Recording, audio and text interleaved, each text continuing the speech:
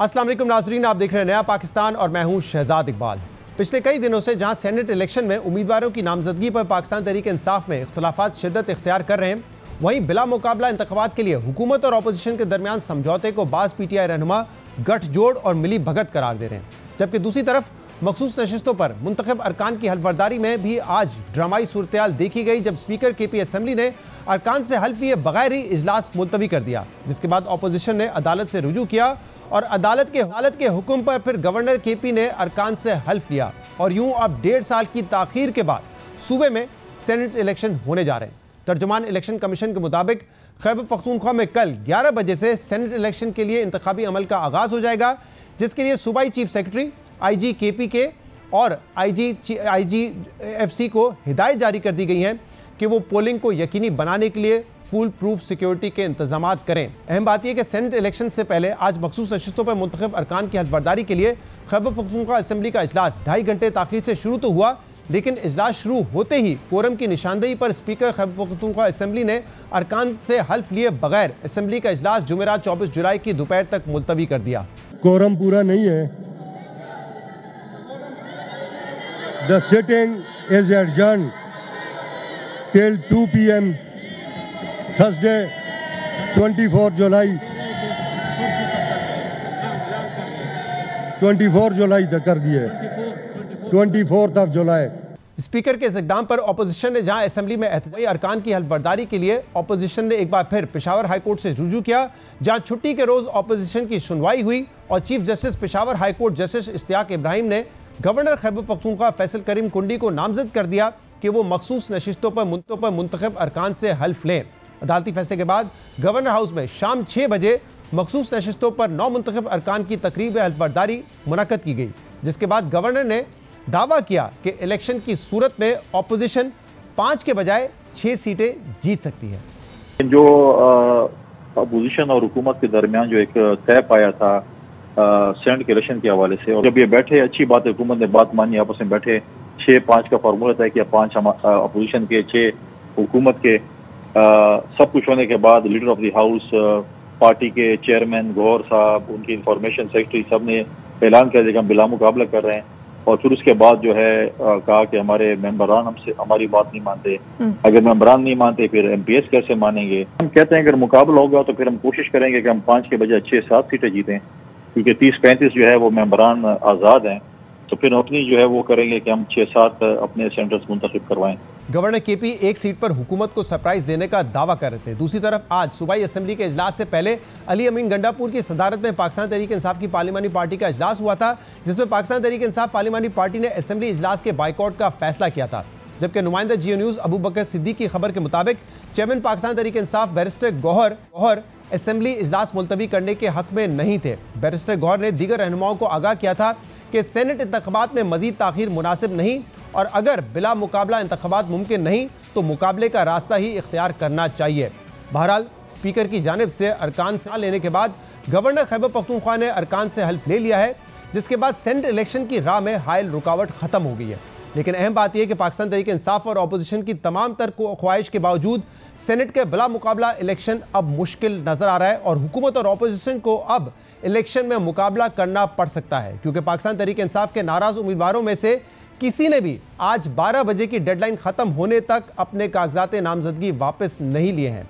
पाकिस्तान तहरीक इंसाफ के इन नाराज उम्मीदवारों का मौकिफ है कि वो किसी सूरत इलेक्शन से दस्तबरदार नहीं होंगे। कल हमारे प्रोग्राम में पाकिस्तान तहरीक इंसाफ के नाराज उम्मीदवार खुर्रम ज़ीशान ने कहा था कि उन समेत तमाम नज़रियाती कारकुनों को पाकिस्तान तहरीक इंसाफ की अपोजिशन से मिली भगत और बिला मुकाबला इलेक्शन मंगे, क्योंकि इस मिली भगत की वजह से पाकिस्तान तहरीक इंसाफ अपनी एक नशिस्त अपोजिशन को दे रही है। हम मिली भगत और गठजोड़ स्पेशली फिर उन लोगों से जिन लोगों से हमारा लीडर बात नहीं करता, आप उनसे मसलियतन जाके बैठ के बातें करें और सीटों पे एक दूसरे से तबादला करें, और वो भी पार्टी के नुकसान में, मतलब आपकी न्यूमेरिकल जो स्ट्रेंथ है आप उससे उनसे कॉम्प्रोमाइज करें। पहली बात तो अखलाकियात भी कोई चीज होती है, आप क्यों उन लोगों से बात कर रहे हैं जब मेरा लीडर उनसे बात नहीं कर रहा। मुझे एक वोट भी ना दें, आप एक वोट भी ना दे कोई MPA, दस्तबरदार नहीं होंगे। इलेक्शन होना चाहिए, बिला मुकाबला हमें कबूल नहीं। आप ये भी समझते हैं कि ये समझौता ना होता तो ऑन मेरिट आप लोग 6 से ज्यादा सेनेटर्स मुंतखब करवाने में कामयाब हो जाते। बिल्कुल ऐसा ही है, बिल्कुल ऐसा ही है। अहम बात यह कि कल हमने अपने प्रोग्राम में यह खबर दी थी कि सेनेट इलेक्शन में जनरल नशिस्त पर मिर्जा आफरीदी की नामजदगी पर पाकिस्तान तहरीक इंसाफ में इख्तलाफात मौजूद है, लेकिन अली अमीन गंडापुर मिर्जा आफरीदी को हर सूरत सेनेट का टिकट दिलवाना चाहते हैं और वो ये भी चाहते हैं कि ये इलेक्शन बिला मुकाबला हो, क्योंकि अली अमीन गंडापुर समझते हैं कि अगर सेनेट इलेक्शन बिला मुकाबला ना हुआ तो पाकिस्तान तहरीक इंसाफ के 23 अरकान मुनर्रिफ हो सकते हैं, जिससे पाकिस्तान तहरीक इंसाफ 2 नशिस्तें खो देगी और वो 2 सीटें आज़ाद अरकान को मिल जाएंगी। और जब हमने इस पर पाकिस्तान तहरीक इंसाफ रहनुमा खुर्रम ज़ीशान से सवाल किया तो उनका ये कहना था कि अली अमीन गंडापुर को अगर अरकान के मुनर्रिफ होने का डर है तो इलेक्शन करा के ऐसे अरकान को एक्सपोज होने दें, चाहे इससे हम 2 सीटें ज़्यादा हार जाएं। इसके अलावा आज द न्यूज़ और जंग में अरशद अजीज़ मलिक की खबर के मुताबिक पाकिस्तान तहरीक इंसाफ में यह सवाल उठाया जा रहा है कि जनरल नशिस्त पर 5 सेनेटर्स मुंतखब कराने के लिए मतलूबा वोट पूरे होने के बावजूद हुकूमत ने 5वीं नशिस्त क्यों छोड़ दी। क्या 5वीं नशिस्त पर समझौता करके पाकिस्तान तहरीक इंसाफ हुकूमत ने अपोजिशन की सहूलतकारी की है या MPS के अंदर तकसीम का खतरा हकीकी है। दूसरी जानिब नाराज अरकान की जानिब से दस्तबरदार ना होने के बाद भी हुकूमत और अपोजिशन 6 और 5 नशिस्तों के फार्मूले पर अमल दरामद के लिए ना सिर्फ पुरअज़म है बल्कि इस फार्मूले पर अमल दरामद की कोशिशें भी की जा रही हैं। इस सिलसिले में आज खैबर पख्तूनख्वा असम्बली में हुकूमत और अपोजिशन का इजलास भी हुआ, जिसमें अली अमीन गंडापुर के अलावा अपोजिशन लीडर डॉक्टर इबादुल्लाह और स्पीकर बाबर सलीम सवाती ने शिरकत की। इस इजलास के बाद अली अमीन गंडापुर ने कहा कि अपोजिशन और हुकूमत के दरमियान धोखाधड़ी नहीं होगी। फैसला किया गया है कि सेनेट इलेक्शन में खरीदो फरोख्त नहीं होनी चाहिए। सूबे की तारीख में पहली बार अच्छा फैसला हो रहा है। बानी पाकिस्तान तहरीक इंसाफ ने जो फैसला किया उसी फॉर्मूले पर अमल करेंगे। हमारे नाराज उम्मीदवारों ने कागजात वापस ना लेकर पार्टी को नुकसान पहुंचाया है। तो सबने मिलकर यही फैसला किया है कि खरीदो फरोख्त नहीं होनी चाहिए और उसके बाद मैं ये समझता हूँ कि अच्छा फैसला होने के बाद पहली दफ़ा पख्तूनख्वा की तारीख में हो रहा है। नाराज उम्मीदवारों के साथ क्या करेंगे जो अभी? देखिए वो तो पार्टी फिर अपना एक्शन लेगी, क्योंकि देखें ये इमरान खान साहब का फैसला है और इमरान खान साहब के फैसले से नफ़ी करना जो है इमरान खान साहब के हुक्म की नफ़ी है। हमारा एक पहले भी एक हुआ था आपस में यही वाला फैसला के 8 हमारे और 3 इनके, उस वक्त रिजर्व सीट नहीं मिली थी, लेकिन अनफॉर्चुनेटली उस वक्त भी हमारे लोगों ने विड्रॉ नहीं किया और उससे हमें नुकसान ये हुआ है कि हमारा अब उसके सीटें मिलने के बाद अब 6-5 पे अब हो रहा है। तो बात यही थी, पहले भी ये चीज़ पहले भी खान साहब के अहकामात के मुताबिक उन इजाज़त के मुताबिक बिला मुकाबला वाला ये पहले भी फैसला हुआ था, लेकिन वो इम्प्लीमेंट हमारे लोगों की वजह से नहीं हो सका क्योंकि उन्होंने विड्रॉ नहीं किया। सलीम का जो फैसला है खान का ही फैसला है। जाहिर बात है सारे फैसले खान के, एक नाम खान साहब ने खुद उसी तरीके से बाकायदा तौर पे एक नाम उसी तरह दिया है और खान साहब के ही अहकामात के मुताबिक है। अली अमीन गंडापुर अपोजिशन से तय करदा फार्मूले पर अमल दरामद के लिए पुरअज़म है, जबकि दूसरी तरफ वज़ीर आला के मुशीर बैरिस्टर सैफ ने अपोजिशन को मखसूस नशिस्तों की अलॉटमेंट और हलफ बर्दारी को शर्मनाक और पार्लिमानी सियासत का स्याह तरीन बाब करार दिया है। सोशल मीडिया पर अपने पैगाम में बैरिस्टर सैफ ने लिखा कि अवाम ने जिन सियासी जमातों को मुसरत किया उन्हीं में पाकिस्तान तहरीक इंसाफ की नशिस्तें बांटी गई, जो अवामी राय की तौहीन है। इसकी जिम्मेदारी बेज़मीर सियासतदानों पर आयद होती है। अगर अपोजिशन में इखलाकी जुर्रत होती तो मखसूस नशिस्तों से इनकार कर देती।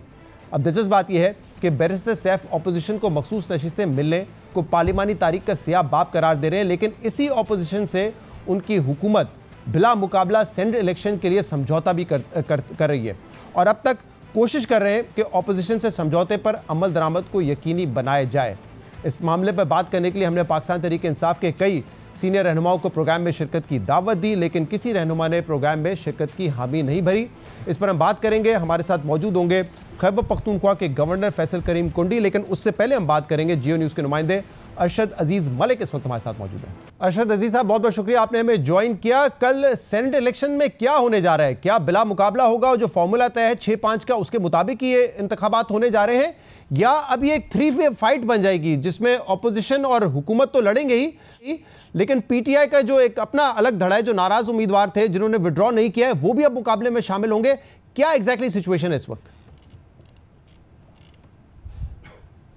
जी शुक्रिया शहजाद।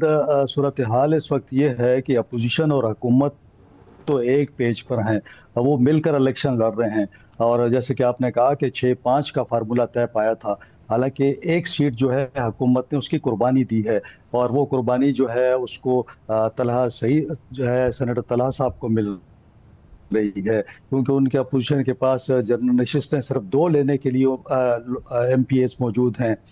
तो इस सूरत हाल में सिर्फ अब मामला ये आ गया है कि तहरीक इंसाफ के अंदर ये ग्रुप जो है, बागी ग्रुप ये खड़ा है।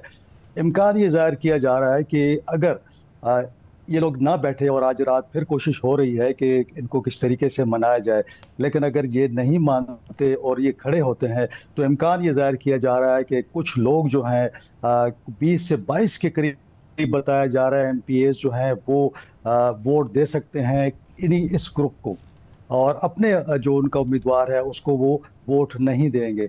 अब सूरत हाल सिर्फ इस वक्त ये है कि आज रात इन्होंने पैनल्स बनाने हैं। उन पैनल्स के अंदर कोशिश ये की जाएगी कि ऐसे लोग जो ये समझते हैं कि नाराज हैं या पार्टी से अलग चल रहे हैं, उनको उस पैनल में डाला जाएगा जहां पे मुराद सईद साहब होंगे, ताकि वो मुराद सईद साहब को वोट दे, क्योंकि वो ज़ाहिर नज़रियाती लोग हैं। तो ऐसे लोग जो कि हुकूमत के या अली अमीन साहब के करीब हैं, उनको रखा जाएगा सेनेटर तलहा महमूद साहब के लिए। और ये जो हम बात करते हैं कि मिलकर इलेक्शन लड़ रहे हैं, तो मिलकर इलेक्शन का मतलब ये है कि इंडिविजुअली जो हार्स ट्रेडिंग है वो ना हो, और साथ साथ पहली दफ़ा हो रहा है कि हुकूमत और अपोजिशन मिलकर एक सेनेटर के लिए पैनल बनाएंगे, और वो पैनल जो होगा सेनेटर तलहा के पास इस वक्त अपोजिशन से 15 के करीब MPs हैं, उन्हें मजीद 5 MPs की ज़रूरत है। ये 5 MPs उनको हुकूमत देगी, तो तब वो सेनेट का ये जो सही। अच्छा साहब, आप कह रहे हैं कि एक सीट की कुर्बानी हुकूमत ने दी है, लेकिन ऑपोजिशन ये दावा कर रही है, और आज फैसल करीम कुंडी साहब ने भी ये कहा कि हम तो एक एक्स्ट्रा सीट जीत सकते हैं क्योंकि 35 अरकान आज़ाद हैं। क्या वाकई अगर मुकाबला होता है, कोई सेटलमेंट नहीं होती, या ये जो सेटलमेंट हुई है, मुआहदा हुआ है, ये टूट जाता है, तो ऑपोजिशन क्या इस पोजीशन में है कि एक एक्स्ट्रा सीट जीत जाए? यानी कि वो कह रहे हैं 5 नहीं, हम 6 या 7 जीत जाएंगे। ये मुमकिन है नंबर वाइज? शहजाद, देखें, ऐसा सूरत हाल ऐसी है कि टोटल 11 नशिस्तें हैं, 7 हैं जनरल पे, 2 टेक्नोक्रेट्स हैं, 2 खवातीन की हैं। जो जनरल नशिस्तें हैं उसके ऊपर आपको 19 कम से कम 19 वोट चाहिए एक सेनेटर बनाने के लिए। खवातीन और टेक्नोक्रेट्स के लिए आपको 49 चाहिए। तो टेक्नोक्रेट्स और खवातीन का मामला क्लियर है, वहां पे कोई भी एक्सेस नहीं कर सकता, इतने वोट किसी के पास नहीं है, दोनों के पास नहीं है। जनरल का मामला ऐसा है कि इस वक्त 92 वोट्स हैं PTI के पास, अगर जिसको हम PTI समझते हैं इस वक्त। अगर वो उन्होंने 4 उम्मीदवार खड़े किए हैं, 4 उम्मीदवार का मतलब है कि 76 वोट उनके इस्तेमाल होंगे, उनके पास 18 बचते हैं। इसी पर तो तहरीक इंसाफ के अंदर जो इख्तिलाफात हैं वो इसी पे हैं कि जब 18 हैं और दूसरी तरजीह और तीसरी तरजीह भी इसके अंदर जमा हो जाती है, तो अगर वो जमा होती है तो 18 वाला 5वां बंदा उनका जीत सकता है। उन्होंने ये 5वीं सीट जो है वो कुर्बानी दी है। ठीक है, बहुत बहुत शुक्रिया। दूसरी तरफ अपोजिशन को हम देख लेते हैं। जी जी जी, मुकम्मल कर लीजिएगा क्विकली। मैं बता कि अपोजिशन के पास 53 मेंबरान है, तो अगर 19-19 पर अगर वो 2 नशिस्तें जीतते हैं तो बाकी उनके पास बचते हैं 15। तो 15 के लिए जो पीपल्स पार्टी के उम्मीदवार है सेनेटर तलहा महमूद साहब, उनको मजीद 5 वोट चाहिए। तो ये इसका मतलब ये हुआ कि हुकूमत और अपोजिशन के दरमियान ये मुआहदा तय पाया है कि ये तीसरा जो बंदा है इसको हम वोट दे के कामयाब बनवाएंगे। बहुत बहुत शुक्रिया। अरशद अजीज मलिक हमें बता रहे थे तफसीलात, और इस मामले पर हम मजीद बात करेंगे, जिसके लिए हमें ज्वाइन किया है खैबर पख्तूनख्वा के गवर्नर फैसल करीम कुंडी साहब ने। फैसल साहब, बहुत बहुत शुक्रिया वक्त देने के लिए। जो रिजर्व सीट्स पे अरकान थे उनकी हल्फबर्दारी गवर्नर हाउस में हो गई है अदालती हुक्म के बाद। अब कल सेनेट इलेक्शन है, इस वक्त क्या होता हुआ नजर आ रहा है? जो फॉर्मूला तय हुआ है ऑपोजिशन और हुकूमत के दरमियान 6-5 का, उसी के मुताबिक बिला मुकाबला इंतखाब होगा, या क्योंकि अब PTI के जो नाराज उम्मीदवार है उन्होंने दस्तबरदारी नहीं की है इस इलेक्शन से, तो अब मुकाबला होगा और फिर देखा जाएगा कौन कितनी सीटें लेता है? बिस्मिल्लाहिर्रहमानिर्रहीम। देखें, बिल्कुल आज हल्फबर्दारी हुई है गवर्नर हाउस में, अगर ये सुबह असम्बली में हो जाती तो अच्छा एक मैसेज जाता, क्योंकि आइन और कानून के मुताबिक उनको चाहिए था, और बुलाया भी इसीलिए था सेशन। और नॉर्मली सेशन ये होता है कि आपकी तिलावत होती है, फिर आप हल्फ लेते हैं, फिर क्वेश्चन आवर होता है। इसके नॉर्म्स है कि कस्टम रहा है कि अभी कभी हम इसको कोरम को पॉइंट आउट नहीं करते। चलो, PTI ने किया, अपनी मर्ज़ी है, फिर जब ख़ुद इनके ऊपर कोई चीज़ आती है फिर ये रोते भी हैं।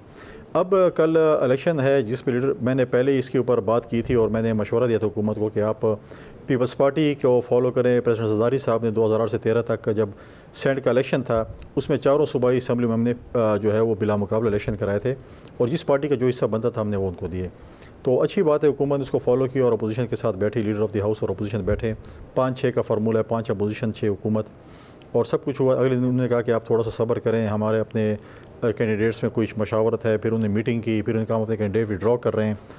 इनके पार्टी के चेयरमैन गौर साहब ने, इनकी इंफॉर्मेशन सेक्रेटरी ने, इनके सीएम ने स्टेटमेंट दी कि हम विड्रॉ कर रहे हैं और बिला मुकाबला कर रहे हैं। बाद में वो जो कैंडिडेट्स हैं वो उनकी बात मानने से इनकारी हो गए थे कि तो हम तो आपकी बात ही नहीं मानते, हम तो इलेक्शन लड़ेंगे। तो जब वो अभी नहीं मान रहे, जब सेंटर बन जाएंगे तो फिर क्या होगा। तो लिहाजा अभी तो विड्रॉल का टाइम गुजर गया है, कंपटीशन है। अभी लीडर ऑफ द हाउस और अपोजिशन की अभी एक मीटिंग है, उसके बाद हमें बताएंगे। अगर बातचीत हो जाती है और सही पैनल हो जाता तो ठीक है, वरना अपोजिशन कोशिश करेगी कि हम 6-7 सेंटर्स अपने बनाएं, क्योंकि इस वक्त 30 से 35 MPs आज़ाद मौजूद हैं सूबाई असम्बली में। तो हम मज़ाकरात भी कर रहे हैं साथ साथ, जैसे कहते हैं मज़ाकरात भी होते हैं, जंग भी हो रही होती है, तो हम साथ साथ अपना काम भी कर रहे हैं। हम अपने जो 35 MPs हैं आज़ाद, उनका भी एक जमहूरिया का जिसको भी वोट करें, वो किसी पार्टी में नहीं है, उन पर फ्लोर क्रॉसिंग भी नहीं है, तो फिर उसके ऊपर हम वर्कआउट हमने ऑलरेडी किया हुआ है। तो हम कोशिश करेंगे हम 6 से 7 सेंटर्स अपने बनाएं। अच्छा, ये 6 से 7 सेंटर्स बनाने वाली बात पर मैं आता हूँ, लेकिन ज़रा बताइएगा, क्योंकि आज भी अपोजिशन और हुकूमत के दरमियान मुज़ाकरात हुए हैं, स्पीकर भी उसमें मौजूद थे, अपोजिशन लीडर भी वहाँ पर मौजूद थे। तो अभी भी इत्तेफाक इस बात पर हुआ है कि जो विड्रॉ नहीं कर रहे उम्मीदवार, अगर वो नहीं भी करते तब भी कोई ऐसा फॉर्मूला बनाया जाए जिसके तहत अपोजिशन को 5 और हुकूमत को 6 सीटें मिल जाएं। क्या ये मुमकिन है? मुमकिन हमेशा होता है, लेकिन ट्रस्ट डेफिसिट है ना। पीटीआई के ऊपर आप क्या ट्रस्ट करेंगे, हर बात पे जो है वो जो पार्टी का चेयरमैन, जो पार्टी के लोग, जो पार्टी के सीएम अपने जो कैंडिडेट जो नॉमिनेट किए उनको नहीं बिठा सकते हैं। तो आप कहते हैं कि जी हम आगे जाके आपको ऐसे करेंगे। आपके आज वो कैंडिडेट जिसको आपने सपोर्ट किया, जिसको आपने प्रपोजल से टेंडर दिया, वो आपकी बात नहीं मान रहे, तो एमपीएस आपकी बात कैसे मानेंगे और पता नहीं क्या होगा। तो ट्रस्ट डेफिसिट है। लीडर ऑफ द अपोजिशन हमें आज रात को ब्रीफ करेंगे, उसके बाद फिर हम अगला अमल तय करेंगे। अच्छा, ये बताइएगा वैसे इस फॉर्मूले पे पीटीआई ने इत्तेफाक कैसे कर लिया, अली अमीन गंडापुर साहब और उनके साथियों ने? क्योंकि खबरें तो आज भी ये हैं कि पीटीआई अगर चाहती, क्योंकि 19 तकरीबन वोट चाहिए, 19 से थोड़े से ज़्यादा जनरल नशिस्त की मैं बात कर रहा हूँ, तो वो कोशिश करके 5 भी बनवा सकते थे। लेकिन क्यों आपको लगता है कि वो सेटलमेंट पे तैयार हो गए कि 6-5 ओवरऑल होगा? देखिए, वो 18 समथिंग पे है, तो उनको अपने करतूतों का पता है कि हमने किया क्या है पूरे अपने पार्लियामेंटेरियन के साथ, क्या चीज़ें। और 35 आज़ाद हो गई, जिसमें फ्लोर क्रॉसिंग भी नहीं हो सकती, डिफेक्शन क्लॉज भी नहीं लग सकता, और ऐसा ना हो कि ये कहीं आगे भी हो जाए। तो इसलिए डेफिनेटली उनके ऊपर कोई प्रेशर है, और ये हम रिहर्सल कर रहे हैं। ये हमारा एक रिहर्सल है for the vote of no confidence. अगला मरला हमारा कॉन्फ्रेंस होगा, जिस दिन भी हमारे पास एक मेंबर भी अपोजिशन के पास ज़्यादा होगा, हमारा आईनी और जमहूरिया के कि हम अपोजिशन अदम एतमाद की तहरीक लेके आ सकते हैं। हर अपोजिशन के पास, चाहे जिस असम्बली में भी वो कर सकते हैं। तो ये हमारा रिहर्सल है, रिहर्सल के बाद फिर असली फिल्म चलाएंगे। नहीं, अगर रिहर्सल ही करनी थी तो फिर आप बिला मुकाबला पे इत्तेफाक ही नहीं करते। आप कहते कि ठीक है 35 जो आज़ाद है, बहरहाल वो 35 जो आप आज़ाद कह रहे हैं तो वो पाकिस्तान तहरीक इंसाफ की हिमायत ही कर रहे हैं ना, और यहाँ पे फ्लोर क्रॉसिंग का तो मामला ही नहीं है, क्योंकि सीक्रेट बैलेट होना है। तो अगर रिहर्सल करनी थी वोट ऑफ नो कॉन्फिडेंस के लिए, तो फिर आप इस पे इत्तेफाक ही ना करते बिला मुकाबला पे, और दिखा देते कि 35 लोग वो आपकी हिमायत करने के लिए तैयार हैं। देखिए, ये लीडर ऑफ द अपोजिशन और बाकी अपोजिशन जमातों को हमने साथ लेकर चलना है, और उन्होंने ये तजवीज़ दी कि हमें करने दें। हमने उनको इख्तियार दिया, मैंने कहा ये करेंगे नहीं, लेकिन आप कर लें। तो अब आप देखें वो भी चीज़ भी ख़त्म हो गई। अब कहते हैं ये फार्मूला है, तो कर लें। हम मुतमईन, हम ये नहीं कह रहे कि हम कल अदम एतमाद की तहरीक लेकर आए। अच्छा, अली अमीन गंडापुर साहब तो ये कह रहे हैं कि क्योंकि ये बाजार होता, खरीदो फरोख्त होती है एमपीएस की, पहले भी इस तरह के इल्ज़ाम लगते रहे, उसको रोकने के लिए हमने इत्तेफाक किया आपके साथ इस फॉर्मूले पर। तो ये मतलब वो इशारा दे रहे हैं कि आप लोग फिर हमारे एमपीएस को खरीदते हैं, ऐसा नहीं है कि वो इंडिपेंडेंट है तो वो आराम से वाबस्तगी अपनी तब्दील कर लेते, आप पैसा चलाते हैं इसमें इलेक्शन में। हुकूमत उनकी है, पैसे उनके पास है, पैसे और चलाते हम।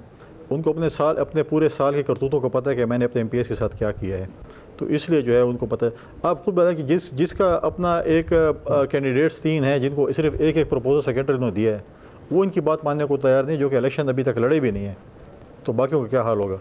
तो लिहाजा ये ऐसी है कि इनकी तो पहले भी हुकूमत थी, पहले क्यों ऐसी बात नहीं। लेकिन अच्छी बात है, हमने एक प्रपोजल दी थी, उस पर एग्री करते हैं, तो देखते हैं। और जिस दिन हम देखेंगे कि हमारा नंबर गेम पूरी होती है, तो हमारे पास भी एक जमहूरी हक इस्तेमाल करने का। लेकिन अगर फैसल साहब आपकी भी पोजीशन रखते हैं, ऑपोजिशन की पोजीशन इतनी स्ट्रांग है, तो इतनी लीनियंसी और ये अच्छा बर्ताव, जमहूरी रवैया, ये कहाँ से आ गया? क्योंकि आज ही बैरिस्टर सैफ ने ये ट्वीट किया है कि आज स्याह तरीन दिन है कि जो रिजर्व सीट पीटीआई को मिलनी चाहिए थी वो ऑपोजिशन की उन जमातों को मिल रही है जिनको अवाम ने मुस्तरद किया है। तो ये आप जमातों के दरमियान जो माहौल है उससे सब आगाह हैं। तो ये इतना अच्छा माहौल कैसे बन गया जब आप क्लेम कर रहे हैं कि हम 6-7 सीटें जीत सकते हैं, हम रिहर्सल कर सकते हैं वोट ऑफ नो कॉन्फिडेंस की, तो फिर क्यों इत्तेफाक किया है आप लोगों ने पीटीआई के साथ?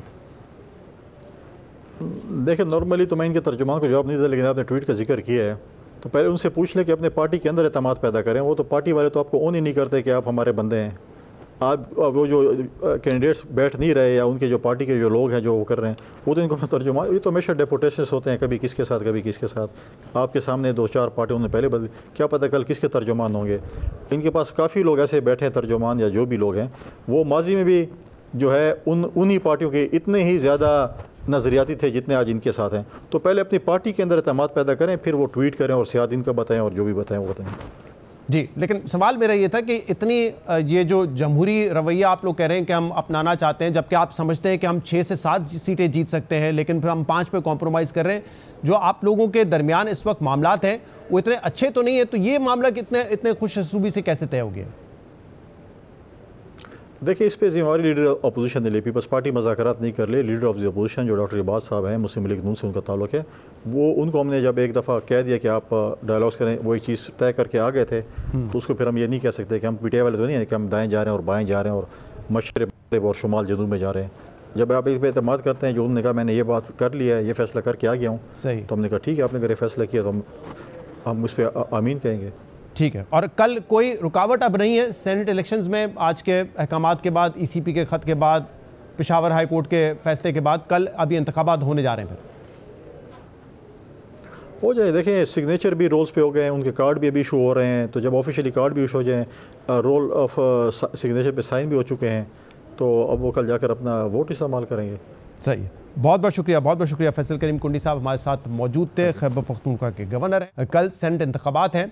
फिलहाल जो अपोजिशन और हुकूमत के दरमियान फार्मूला है उसके मुताबिक हुकूमत को 6 सीटें मिलेंगी और अपोजिशन को 5 मिलेंगी, लेकिन फैसल करीम कुंडी साहब ये दावा कर रहे हैं कि अगर मुकाबला हुआ तो हम 6 से 7 नशिस्तें भी ले सकते हैं। जबकि पीटीआई के जो नाराज़ अरकान हैं वो भी ये दावा कर रहे हैं कि कुछ एमपीज़ हमारे साथ हैं, हम पीटीआई को सरप्राइज कर सकते हैं 1 सीट जीत कर। प्रोग्राम में एक ब्रेक शामिल करते हैं, मजीद बात करेंगे स्टेटस।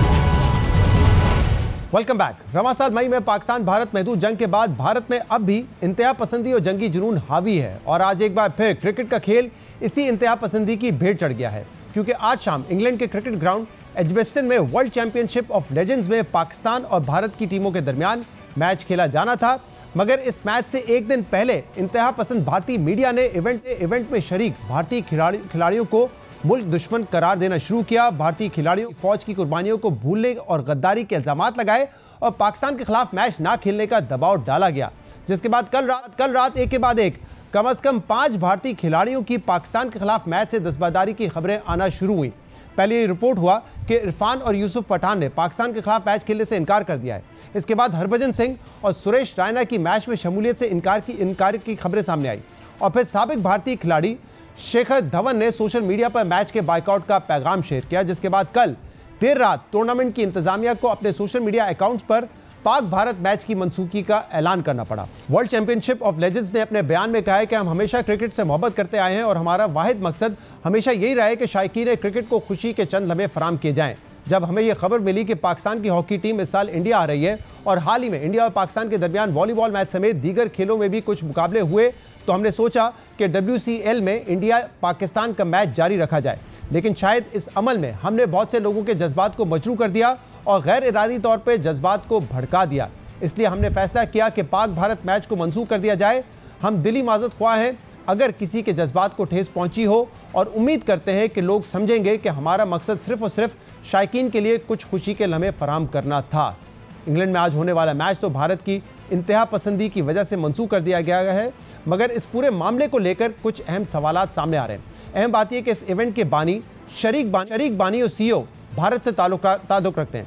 कतर में होने वाला जो पहला इवेंट का सीजन था उसमें भी पाक भारत का मैच हुआ था और इस बार भी पहलगाम वाक़े के बावजूद भारत के तमाम खिलाड़ियों को पहले से ही मालूम था कि 20 जुलाई को भारत का पाकिस्तान से मुकाबला होगा।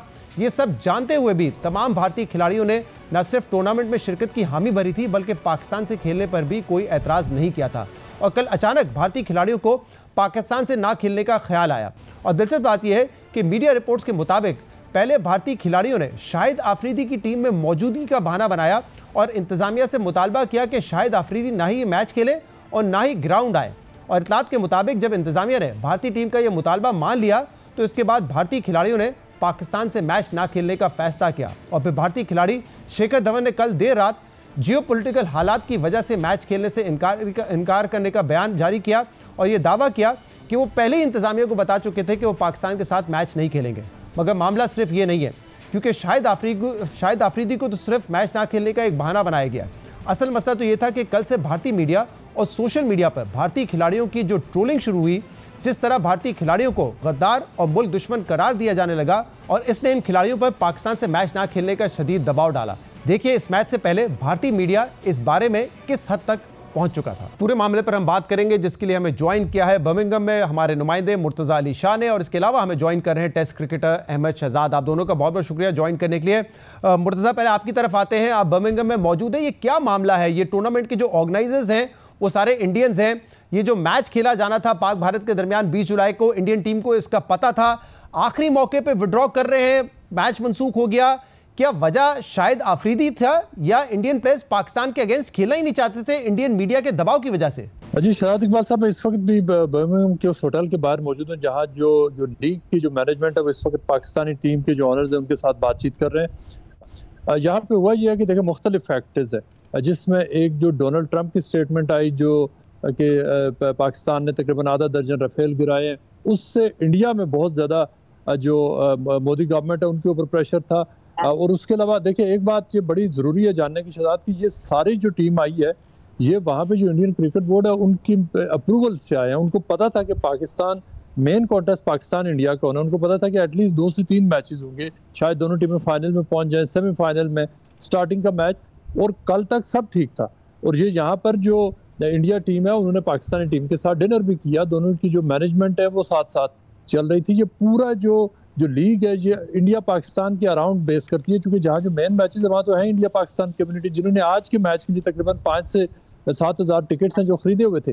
तो ये पूरा जो प्रेशर आया है वो इंडियन मीडिया ने जब वहाँ पर उनको ऑपरेशन सिंदूर के नाम पर उनको ट्रोलिंग शुरू की और नेशनलिस्टिक उन्होंने जो रिटोरिक इस्तेमाल की कि भाई अभी तो हमारे इतने शोधा हैं, ये हो गया, आप एक किस मुल्क के साथ खेल रहे हैं, हमने वो किया हुआ है। इंडियन मीडिया की जो आपस की वार है उसने रोल प्ले किया। फिर कल ये हुआ कि उन्होंने आकर ये कहना शुरू कर दिया कि शाहिद आफरीदी मैच नहीं खेलेंगे, इसलिए कि शाहिद आफरीदी का उन्होंने कहा कि वो बॉर्डर एरियाज पे गए हैं, उन्होंने यूनिफॉर्म पहना, उन्होंने ये किया।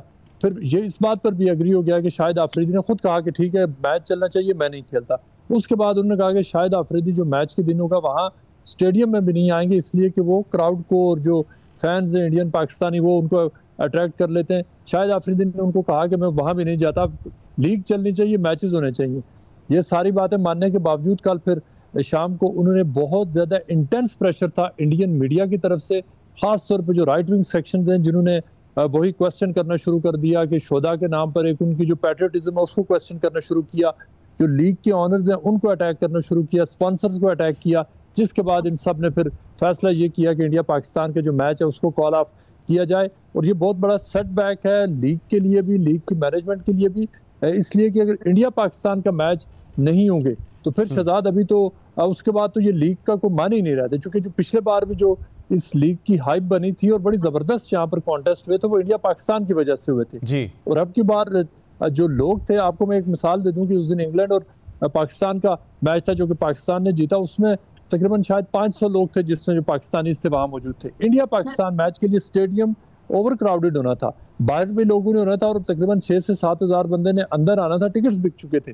लेकिन अब लास्ट मिनट पे उन्होंने जो लास्ट नाइट पूरा जो इंडिया पाकिस्तान मैच है उसको कॉल ऑफ कर दिया। ये आप दुरुस्त कह रहे हैं, क्योंकि इस तरह के टूर्नामेंट्स की हाइप और उसकी कामयाबी पाकिस्तान और इंडिया के मैचेस की वजह से ही होती है। और हमने भी कुछ क्लिप्स चलाए जहाँ पे इंडिया में जो दिफाई तज्जियाकार हैं वो ये कह रहे हैं कि अगर इंडियन प्लेयर्स ने ये मैच खेला और फिर उनको एंटी स्टेट करार दिया गया तो वो गलत नहीं होगा, मतलब इस किस्म के वहाँ पे तज्जिए चल रहे हैं। लेकिन जो इंटरेस्टिंग बात आपने बताई है मुर्तज़ा वो ये है कि शाहिद आफरीदी के नाम पे उन्होंने एतराज़ किया कि क्योंकि वो बॉर्डर एरियाज़ में गए, पाकिस्तान का उन्होंने फौजी यूनिफॉर्म पहना, इसलिए वो टीम में नहीं होंगे और फिर स्टेडियम में भी नहीं होंगे। तो आप कह रहे हैं कि शाहिद आफरीदी साहब इस पर मान गए थे कि ठीक है ना मैं मैच खेलूंगा ना मैं स्टेडियम में आऊंगा। जी उससे शहजाद मुझे जो किसी ने जो जब उन्होंने शराइत रखी थी, मुझे किसी ने जो एक मैनेजमेंट के कुछ लोग थे उन्होंने मुझे बताया था कि ये मसला बन गया है। मैंने कल उनको वैसे फ़ोन किया था कि हम कल इस मैच की कवरेज के लिए आ रहे, उन्होंने कहा कि ये मसला बन गया है और शाहिद आफरीदी की वजह से बन रहा है। तो मैंने शाहिद आफरीदी के उनके करीबी ज़राए से रब्ता किया और उनसे मैंने पूछा, तो उन्होंने तस्दीक की कि हाँ इस तरह की बातचीत हो रही है। फिर मैंने शाहिद आफरीदी साहब को डायरेक्टली कॉल की और मैंने कहा जी कि आपकी वजह से वो इस तरह की वो शराइत रख रही। तो उन्होंने कहा जी कि मैं तो अगर मेरे सामने जब ये चीज़ें सामने रखी जाएंगी तो मैं चाहता हूँ कि जो पाकिस्तान से क्रिकेटर्स आ रहे हैं, इंडिया से आए, वो खेलें, लोग देखना चाहते हैं, आवाम देखना चाहती है। उन्होंने कहा इट्स नॉट अबाउट मी, मैं इस मैच का हिस्सा नहीं बनूंगा, मैं विड्रॉ कर जाऊंगा, मैं पिच में भी नहीं जाऊंगा, लोगों को एंटरटेनमेंट मिलनी चाहिए इसलिए कि जी। और उन्होंने कहा कि जो इंडियन फैंस हैं, जो पाकिस्तानी फैंस हैं, उनका राइट है कि वो आकर ये मैच देखें। अगर मेरी वजह से मसला बनता है तो मैं नहीं खेलूंगा। और जो पहला जो मैच था जो इंग्लैंड के खिलाफ, वो भी शायद आफरीदी नहीं खेले थे। तो ये उन्होंने कहा कि मैं मानता हूँ, लेकिन उसके थोड़ी देर के बाद जो उन्होंने जो डिसाइड किया कि जो मैच है उसको कॉल ऑफ कर दिया जाए। सही, यानी कि आपकी बराह रास्त शाहिद आफरीदी से खुद बात भी हुई है और मेरे ख्याल से ये तो पूरा एक्सपोज हो गया ना मामला, के नाम इस्तेमाल किया जाता था शाहिद आफरीदी का, लेकिन वो इंडियन मीडिया के प्रेशर की वजह से पाकिस्तान से ही नहीं खेलना चाहते थे, जो कि साबित हुआ। अब एक ये बात बताइएगा कि कोई वहां पे बातचीत हो रही है कि पहलगाम वाकये के बाद ये पहला क्रिकेट इनकाउंटर होता है, ठीक है, नेशनल टीम्स नहीं खेल रही थी, लेजेंड्स खेल रहे थे, लेकिन अब अगला जो टूर्नामेंट है वो एशिया कप का है, तो वहां पे कोई ऐसी बात हुई है कि क्या वो होगा या नहीं होगा, वहां पे भी इंडियन मीडिया प्रेशर डाल सकता है, फिर क्या होगा? देखिए, अगर जो इस लीग पर जो कि एक जो रिटायर्ड प्लेयर्स खेल रहे हैं उसके ऊपर अगर ये सिचुएशन है तो अब देखिए एक दो बातें इंटरेस्टिंग है। जो लीग के जो ऑनर्स है उन्होंने स्टेटमेंट में कहा कि हम तो किराए इसलिए रहे थे कि पाकिस्तान और इंडिया ने जो हॉकी भी खेलनी है, वॉलीबॉल के कुछ मैचेस खेले हैं, और ये तो ठीक है, वो तो they want to move towards normalisation है, क्योंकि उन्हें तो बिजनेस करना है, पाकिस्तान इस टिकट खरीदते। लेकिन फिर जो वहां पे जो इंडिया में नेशनलिज्म है उसकी और बीजेपी की जो सपोर्टर्स है उनकी तो डिफरेंट सिचुएशन है। लेकिन अभी जो यहाँ पर हो रहा है, तो अब बताएं कि जो आगे जो होने वाले मैचेस हैं उन सब के ऊपर अब क्वेश्चन मार्क है, चाहे वो जो एशिया कप हो या कोई और मैचेस हों, कि अब यही सिचुएशन होनी है कि अगर टीमें आमने सामने आती हैं, मैचेस की तरफ बढ़ते हैं, तो ये लोग जो आज ऑब्जेक्शन उठा रहे हैं वो उनको वहां पे गद्दार डिक्लेयर कर देंगे। और आप बताएं कि कौन सा प्लेयर है जिसके ऊपर इतनी बड़ी ट्रोलिंग हो रही है। और अच्छा, आपको एक बड़ी इंटरेस्टिंग बात हो, सबसे पहले ये मानी खेज है कि दो बंदों ने ऑब्जेक्शन किया, जो दो भाइयों ने, इरफान पठान और उनके भाई, उन्होंने जो कहा कि हम नहीं खेलेंगे शाहिद आफरीदी के साथ। आपको पता है कि वो क्यों उनको ये पोजीशन लेना पड़ी, कि उनको लिटरली अटैक किया जा रहा था सोशल मीडिया पर, सबसे ज्यादा उनको क्या रिलीजन की वजह से। फिर उन्होंने रिलीजन, उनकी सेंसिटिविटी ज्यादा, सबसे पहले उन्होंने कहा। बाकी इंडियन प्लेयर्स जो हैं उन्होंने बाद में वो किया। एक और मसला बना कि जो इंडियन प्लेयर है हरभजन सिंह, वो एक यहाँ पर रेस्टोरेंट में चले गए बर्मिंघम में, वहाँ उन्होंने खाना खाया, निकल के उन्होंने रेस्टोरेंट की तारीफ की कि बड़ी जबरदस्त कढ़ाई है। पता चला कि उसका ऑनर एक पाकिस्तानी है, इसके ऊपर वो हरभजन सिंह को गालियां पड़ रही हैं पूरे की, तुम पाकिस्तानी रेस्टोरेंट पे क्यों गए, उसका नाम भी लाल किला है। तो ये इस तरह के जो मैं जरा एम एस शहजाद साहब को भी इसमें इंक्लूड करूंगा। एम एस शहजाद साहब, पूरी गुफ्तगू आपने भी सुनी मुर्तज़ा अली शाह की, जो इंतहा पसंदाना रवैया है वो हमने मुख्तलिफ औकात पे देखा इंडिया का, और खेल भी उससे मुतासर होते रहे। अब ये एक ऐसा टूर्नामेंट है जो कि इंडियंस नहीं ऑर्गेनाइजर्स हैं इसके, वही इनके फाउंडर हैं। इंडियन टीम को पता भी था कि हमने खेलना है, लास्ट मोमेंट पे मीडिया प्रेशर की वजह से वो बैकआउट कर गए। आपके क्या तासुरात है इस पूरे मामले पर? देखिए, अभी पिछले दिनों मुझे भी 2-3 दिन पहले ये सवाल पूछा गया कि आप क्यों नहीं गए। मेरे पास तो कॉन्ट्रैक्ट भी लास्ट ईयर पड़े हुए थे, तो मैंने सिंपली वजह यही होती है कि आप देखते हैं कि कौन है पीछे ऑर्गेनाइजर्स, और ये कितनी बड़ी लीग हो रही है, कि क्या कोई मिसहैप तो नहीं हो जाएगा, जो कि बिल्कुल हो गया। इसी वजह से ना सिर्फ ये, इस तरह की बहुत चीजें जो है हम लोग छोड़ते हैं, वो इसलिए क्योंकि जब हम कहीं जाते हैं तो एज ए पाकिस्तान के एम्बेसडर जाते हैं। अब ये जो चीज हुई है ये कोई अच्छी चीज नहीं है, क्योंकि पीछे जो ऑर्गेनाइजर्स हैं वो भी सारे इंडियन फंडेड है, अजय देवगन पीछे मौजूद है। ये तो हम कह रहे हैं ना कि आज ये चीजें हो गई या कल इंडिया की तरफ से प्रेशर पड़ गया, यू नेवर नो कि शायद ये प्लान्ड हो, शायद ये इसी तरह की एक प्लान किया गया हो। और आप देखें कि फॉर एग्जाम्पल किसी प्लेयर को ये कह रहे हैं ग्राउंड में नहीं आना, ये अच्छी चीज नहीं है।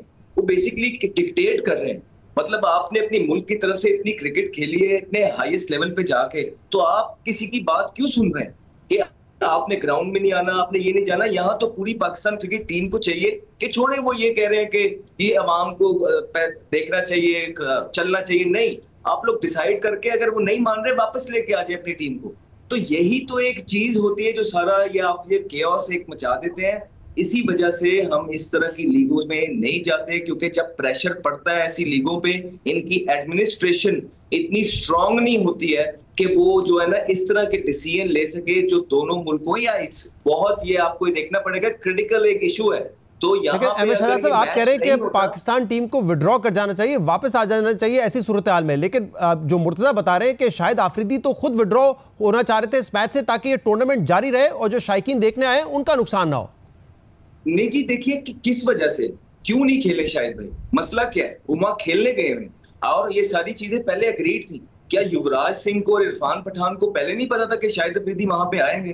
तो just for the sake of few media channels अब आके प्रेशर डाल रहे हैं, तो शाहिद भाई अगर ये कहते हैं कि मैं नहीं खेल रहा, क्यों नहीं खेल रहा? शाहिद भाई स्टार है इस मुल्क के, इस मुल्क ने उनको बड़ी इज्जत दी है, तो उनको उस इज्जत का बिल्कुल, हम तो ये कहेंगे कि अगर मैं वहां पे मौजूद होता तो मैं डेफिनेटली ये मैनेजमेंट के साथ ये डिस्कस करता कि क्यों, किस तरह है हमारा एक भी प्लेयर या हमारा पाकिस्तान का लेजेंड बाहर बैठ जाए, हम वापस जा रहे हैं। तो जो छोड़े ये टाइम जो है ना, ये बहुत बड़े टाइम है, ये क्राउड का सोचने का टाइम नहीं है कि जी टूर्नामेंट आगे बढ़ जाए, टिकटें बिकी हुई है, नहीं, यहाँ पे मुल्कों की इज्जत दांव पे लगी हुई है।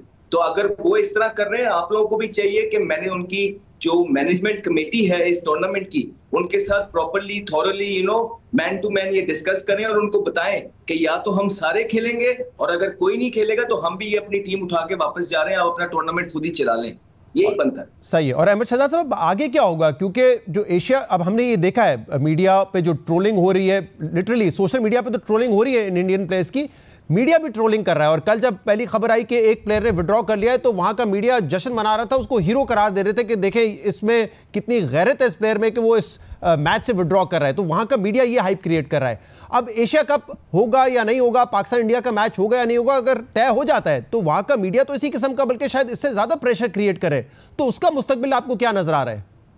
सर, चीजें तो पहले से ही स्टार्ट की जाती हैं और यू नेवर नो ये पूरी प्लांटेड बेस बनाई हो किसी भी चीज के लिए उन्होंने।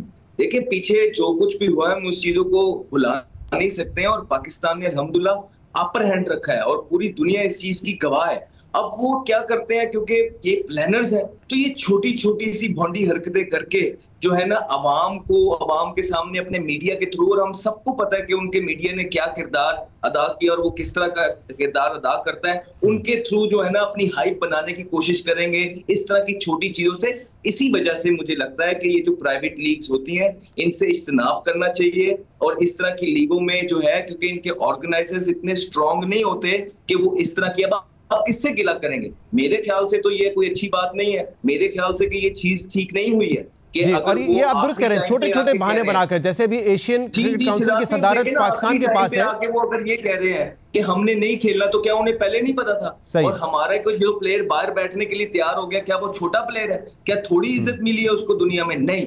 तो मेरे ख्याल से ये टाइम है, ये डिस्कस करने का टाइम है, ये ऐसा टाइम है कि इसमें कोई और चीज नहीं होनी चाहिए। फौरन से पहले अपनी टीम को वहां पे मैनेजमेंट के साथ डिस्कस करना चाहिए, उनको बोलना चाहिए कि अगर हमारा एक भी प्लेयर बाहर बैठेगा हमारी पूरी टीम बाहर जाएगी। और इंडिया पहले ही एशिया कप को लेकर इस बात पे एतराज कर रहा है कि अगर एशिया क्रिकेट काउंसिल ने अपनी मीटिंग ढाका में रखी है तो वो ढाका में क्यों रखी है, वहां से तब्दील करें वरना हम एशिया कप नहीं खेलेंगे, वो वहां का मीडिया ये बात कर रहा है।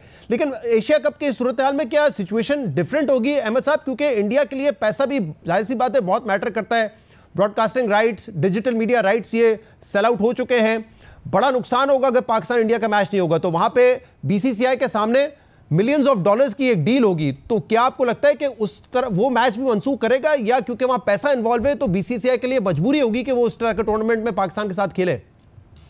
देखिए पैसा तो बिल्कुल मौजूद है, ब्रॉडकास्टर का बहुत हैवी प्रेशर मौजूद है, लेकिन पावर सारी भारत के पास मौजूद है। आईसीसी के जो चेयरमैन है वो भी जय शाह है। इवेंचुअली होगा वही जो भारत डिसाइड करेगा। इस टाइम जो बॉल है वो उनके हाथ में है और भारत कुछ भी कर सकता है। जो यहाँ पे इस तरह लेजेंड लीग के अंदर इस तरह कर रहा है तो कोई बड़ी बात नहीं होगी। इन्हीं चीजों को वो आगे बढ़ाए, इश्यू बना के जो है ना एशिया कप में भी इस तरह की चीज कर जाए। बिकॉज आपको पता है कि काफी अभी मार पड़ी है, बड़ा अपर हैंड रहा है पाकिस्तान की तरफ से और पाकिस्तान आर्मी ने बड़ा करारा जवाब दिया है जिसको रिकॉग्नाइज किया है पूरी दुनिया ने। तो अब वो इसी तरह ठीक है, बहुत जो उनसे रूठ गई है मोदी गवर्नमेंट की, उनका ट्रस्ट हासिल करने की कोशिश करेंगे। यही छोटी छोटी, लेकिन जो मेन चीज थी उसमें पाकिस्तान जो है ना अपर हैंड रहा है और हम इस पे बहुत फख्र है। बहुत बहुत शुक्रिया अहमद शहजाद, आप हमारे साथ थे। इसके अलावा बर्मिंघम से मुर्तजा अली शाह भी हमारे साथ थे। प्रोग्राम में एक ब्रेक शामिल करेंगे, मजीद बात करेंगे। Stay with us.